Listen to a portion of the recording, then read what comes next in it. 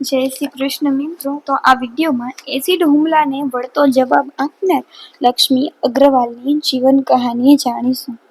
સાવ સામાન્ય કુટુંબમાં જન્મેલી 15 વર્ષની લક્ષ્મીના સ્વપ્ન ઊંચા હતા. એને તો સંગીત શીખવું હતું, ગાયક બનવું હતું, કથક નૃત્ય પણ શીખવું હતું. નવી દિલ્હીના તુઘલક રોડ વિસ્તારમાં તેનું કુટુંબ રહેતું હતું. છૂટક રસોઈ કરીને પોતાના 2 સંતાનોનો ઉછેર અને ઘર ખર્ચ નીકળે એટલું માંડ કમાતા તેના પિતા પાસે દીકરીને ભણાવવાના પૈસા પણ નહોતા. એટલે લક્ષ્મીએ ભણવાનું છોડી નાની મોટી નોકરી કરવા માંડી હતી, જેથી તે પોતાના સંગીતના ક્લાસની ફી ભરી શકે. લક્ષ્મી ખુશ હતી કે તેને એક બુક અને સ્ટેશનરીની દુકાનમાં નોકરી મળી હતી, પરંતુ કેટલાક દિવસોમાં એક બાબત તેને સતાવ્યા કરતી. પોતાના જ વિસ્તારમાં રહેતા ગુડ્ડુ એટલે કે નૈમ એ જેની સાથે દોસ્તી વધારવા દબાણ કરી રહ્યો હતો. ગુડ્ડુ અને એની બહેન લક્ષ્મી નાનપણથી ઓળખાણ હતી, પરંતુ ગુડ્ડુ એનાથી ખાસો મોટો 32 વર્ષનો હતો અને લક્ષ્મી એની સાથે દોસ્તી કરવાનો કોઈ ઈરાદો નહોતો. રખડી ખાતા ગુડ્ડુને લક્ષ્મી માટે એકતરફી પ્રેમ થઈ ગયો હતો, જ્યારે લક્ષ્મીનું ધ્યાન ફક્ત એની સંગીતની સાધના પર હતું અને બીજી કોઈ બાબતમાં રસ નહોતો. ગુડ્ડુનું દબાણ સતત વધી રહ્યું હતું. મમ્મી પપ્પાને પણ કહી શકતી નહોતી, કેમ કે જો એમ કહે તો તેનું બહાર આવવાનું જવાનું, નોકરી અને સંગીત ક્લાસ બધું બંધ થઈ જાય. એક ગોઝારો દિવસ જેણે જિંદગી બદલી નાખી. એપ્રિલ 2005 ના એ દિવસે સવારથી લક્ષ્મીના દિલમાં એક ફફડાટ હતો. અઠવાડિયા પહેલા આવેલા ગુડ્ડુના ફોન કોલે એની ઊંઘ ઉડાડી દીધી. ફોનમાં ગુડ્ડુએ લગ્ન કરવાનો પ્રસ્તાવ મૂક્યો હતો અને એને લક્ષ્મીએ જવાબ હકારમાં જ જોઈતો હતો. લક્ષ્મી ગભરાઈ ગઈ, પરંતુ 2 દિવસ પહેલા આવેલા ગુડ્ડુના છેલ્લા ફોન કોલમાં એણે સ્પષ્ટ ના પાડી દીધી હતી. ગુડ્ડુએ ગુસ્સામાં આવી લક્ષ્મીને ખૂબ ધમકીઓ આપી હતી અને કહ્યું હતું કે ના પાડવાનું પરિણામ સારું નહીં આવે. છંછેડાયેલા ગુડ્ડુએ લક્ષ્મીને પાઠ ભણાવવાનું નક્કી કર્યું હતું. એ સવારે જ્યારે લક્ષ્મી બસ સ્ટેન્ડ તરફ જઈ રહી હતી, ત્યાં પાછળથી ગુડ્ડુ અને એના ભાઈની મિત્ર રાખી મોટરસાયકલ પર આવતા મોટરસાયકલ મૂકી બંને ઝડપથી લક્ષ્મી તરફ ધસ્યા. ગુડ્ડુના હાથમાં એસિડની બોટલ હતી. લક્ષ્મી કંઈ સમજે એ પહેલા જ રાખીએ તેને ધક્કો મારી રોડ પર પાડી દીધી. હજી તો કંઈ વિચાર કરે એ પહેલા તેના મોઢા પર બોટલનું પ્રવાહી રેડાયું. થોડી જ સેકન્ડમાં લક્ષ્મી જોરથી ચીસ પાડી ઉઠી. જલદ એસિડ એના ચહેરાને બાળી રહ્યો હતો. એને લાગ્યું કે કોઈકે એના ચહેરા પર આગ લગાડી છે. ગુડ્ડુ અને રાખી તરત નાસી છૂટ્યા. લક્ષ્મી જોરથી ચીસો પાડીને મદદ માંગવા લાગી, પણ શરૂઆતમાં કોઈ નજીક ન આવ્યું. એની આંખો સામે અંધારા આવી ગયા અને એ બેભાન થઈ ગઈ. થોડી વારમાં ભાન આવી તો એણે ફરી ચીસો પાડી. એક ટેક્સી ડ્રાઈવર પાણીની બોટલ લઈ દોડતો આવ્યો. એને લક્ષ્મીના મોં પર પાણી રેડ્યું. એ ભલા ટેક્સી ડ્રાઈવરે લક્ષ્મીને ઉચકીને પોતાની ટેક્સીમાં લીધી અને તરત હોસ્પિટલ તરફ ટેક્સી મારી મૂકી. હોસ્પિટલના ઇમરજન્સી રૂમમાં તેને પર 20 જેટલી ડોલ ઠંડુ પાણી રેડવામાં આવ્યું. ત્યારે લક્ષ્મી અનુભવી કે તેના ચહેરાની ચામડી ઓગળી નીચે ઢગલો થઈ રહી છે. તાત્કાલિક મળેલી સારવારે લક્ષ્મીને બચાવી તો લીધી, પરંતુ એસિડે તેનો આખો ચહેરો બગાડી મૂક્યો હતો. કાયમ માટે તેનું સંગીત, નૃત્ય અને ઊંચા સ્વપ્નો જાણે એસિડમાં ઓગળી વહી ગયા. ભયાનક વાસ્તવિકતાનો સામનો.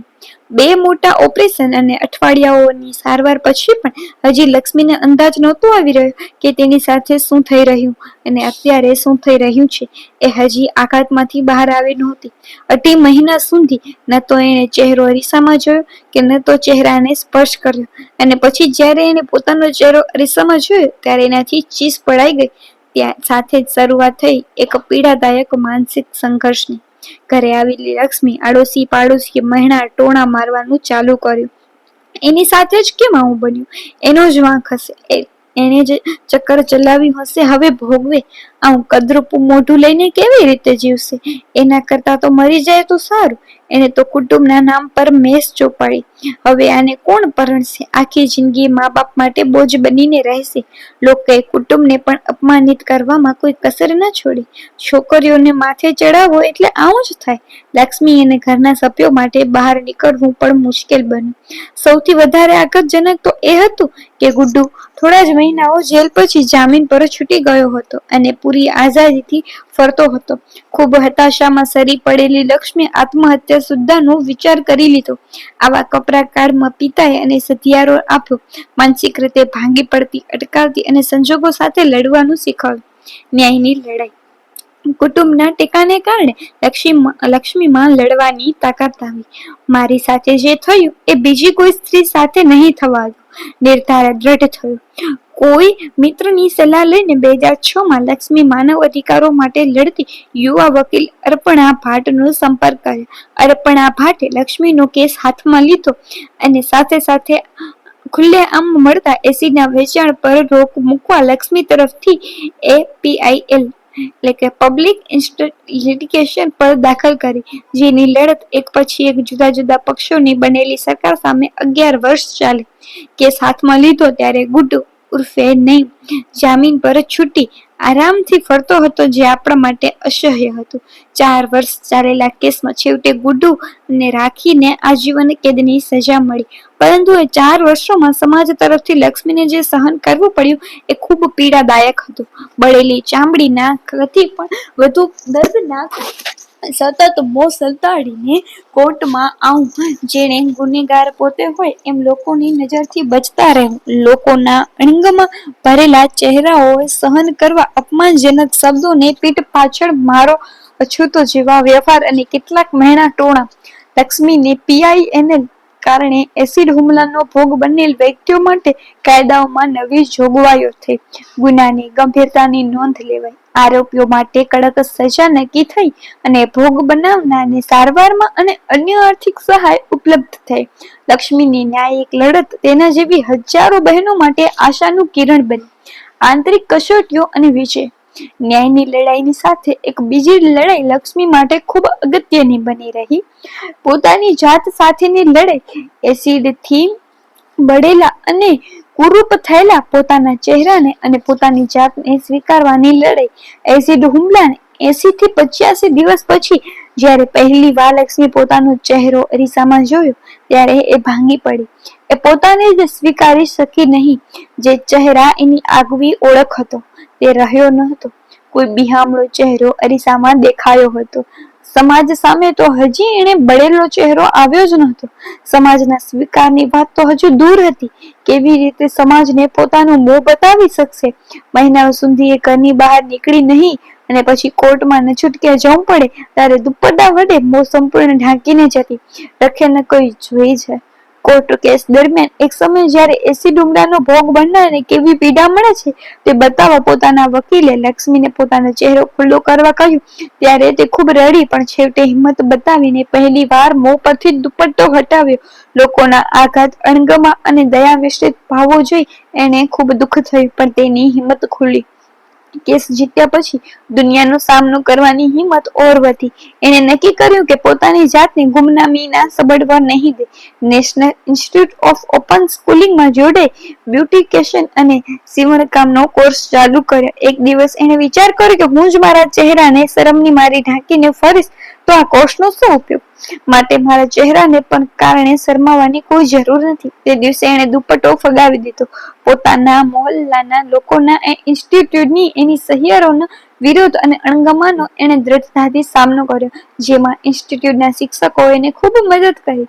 પગભર થવા 20 વર્ષની લક્ષ્મી જ્યારે નોકરીની તપાસ કરવા માંડી ત્યારે લોકોએ એને હિંમતની ચોક્કસ વધાવી, પરંતુ કામ આપવાની વાત આવી ત્યારે મોટા ભાગના લોકોએ જુદા જુદા બહાના હેઠળ ના પાડી. બળેલા ચહેરાવાળી લક્ષ્મી કામે રાખતા લોકો ખચકાતા હતા. એમને ગ્રાહકો ખોવાનો ડર હતો. એ દરેક વખતે લક્ષ્મી નિરાશ થતી, પરંતુ પોતાના જેવી બીજી બહેનોનો વિચાર કરી ગુસ્સામાંથી દાંત ભીંસીને તે ફરી મંડી પડતી. સમાજ સામે જીત. 2013માં તેણે કરેલી PIL ના સંદર્ભે સુપ્રીમ કોર્ટના ઐતિહાસિક ચુકાદો આવ્યો. એસિડ હુમલાને લઈને કાયદાઓમાં સુધારા અને ઉમેરો થયો. ખુલ્લેઆમ વેચાતા એસિડના વેચાણ પર રોક લાગી. લક્ષ્મીની હિંમતના સમાજે વખાણ કર્યા. સામાજિક સંસ્થાઓએ તેમને બોલાવી બહુમાન કર્યું. પોતાના જેવી એસિડનો હુમલાનો ભોગ બનેલી બીજી બહેનોની જેમને ન્યાય પણ નથી મળ્યો, જેમને મા બાપનો પણ ટેકો નથી અને જેમને સમાજ એક ખૂણામાં ધકેલી દીધી છે, તેમની વ્યથા જોઈ લક્ષ્મીને ખૂબ ગુસ્સો આવ્યો. એવી બધી બહેનોને મદદ કરવા તેણે થોડા મિત્રો સાથે મળી છાવ ફાઉન્ડેશનની સ્થાપના કરી. એમણે કામને ફક્ત ભારત દેશમાં જ નહીં પરંતુ અન્ય દેશમાં પણ પ્રશંસા મળી. 2014માં જ્યારે તે અમેરિકામાં પ્રવાસે હતી ત્યારે પ્રમુખ બરાક ઓબામાના પત્ની મિશેલ ઓબામા હાથે international woman of courage award મળ્યો. ત્યાર પછી લક્ષ્મીએ પાછું વળીને જોયું નથી. એસિડ હુમલાનો ભોગ બનેલી બહેનોના હક્ક માટે ઝુંબેશ ઉપાડી, ટીવી શો કર્યા અને શોક ઝુંબેશ પ્રણેતા બની. 1900માં ભારતમાં મહિલાઓ અને બાળ વિકાસ મંત્રાલય, શુદ્ધ પાણી ને સ્વચ્છતા મંત્રાલય તથા યુનિસેફ તરફથી ઇન્ટરનેશનલ વિમેન એમ્પાવરમેન્ટ એવોર્ડ મળ્યો. આજે લક્ષ્મીનો ચહેરો દુનિયાભરની સ્ત્રીઓ માટે હિંમત અને સાહસનો પર્યાય બની રહ્યો છે.